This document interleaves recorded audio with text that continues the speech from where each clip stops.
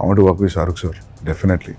అబుదాబిలో జరిగిన ఐఫా 2024లో సందీప్ రెడ్డి వంగాకి ఒక grand recognition వచ్చేసింది. ఈ ఈవెంట్లో సందీప్ వంగాకి జరిగిన 3 హైలైట్ పాయింట్స్ ఏంటంటే, ఫస్ట్ వన్ గురించి మాట్లాడుకుందాం. స్పిరిట్ అండ్ యానిమల్ పార్క్ తర్వాత సందీప్ వంగా షారుఖ్ ఖాన్ కాంబినేషన్లో మూవీ ఎక్స్పెక్ట్ చేయొచ్చు. ఎందుకంటే ఈ ఈవెంట్లో షారుఖ్ ఖాన్ సందీప్ వంగా డైరెక్షన్ స్కిల్స్ని స్టేజ్ పైనే చాలా పొగిడేశారు. హిందుస్థాన్ టైమ్స్ రిపోర్ట్స్ ప్రకారం ఈవెంట్ జరుగుతుండగానే షారుఖ్ ఖాన్ సందీప్ రెడ్డి వంగాతో పుష్ప లాంటి సినిమా తనతో తీయమని అడిగారంట.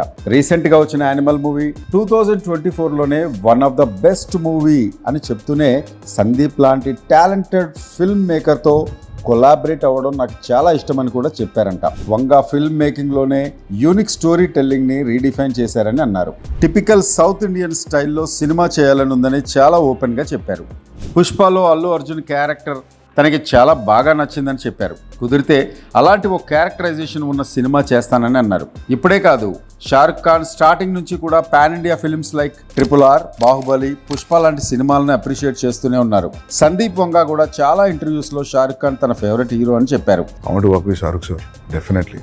చిన్నప్పటి నుంచి షారుఖ్ ఖాన్ మూవీలు చాలా చూసేవాడిని. లైక్ రామ్ జానే, బాజీగర్, కరణ్ అర్జున్, ఇలా చాలా సినిమాలు చూసేవాడిని. ఎప్పటికైనా షారుఖ్ ఖాన్తో సినిమా చేయాలని కూడా చెప్పారు Sandeep Vanga.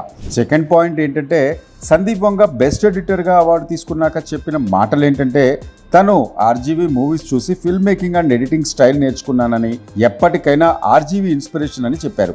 I learned editing just by watching Ram Gopal Varma sir's films.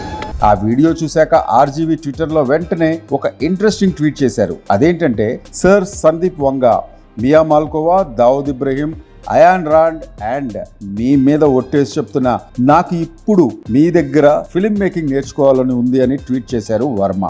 ఇక థర్డ్ పాయింట్ ఏంటంటే, షారుఖ్ ఖాన్ తో పఠాన్ తీసిన డైరెక్టర్ సిద్ధార్థ్ ఆనంద్ ట్విట్టర్లో పోస్ట్ పెట్టారు.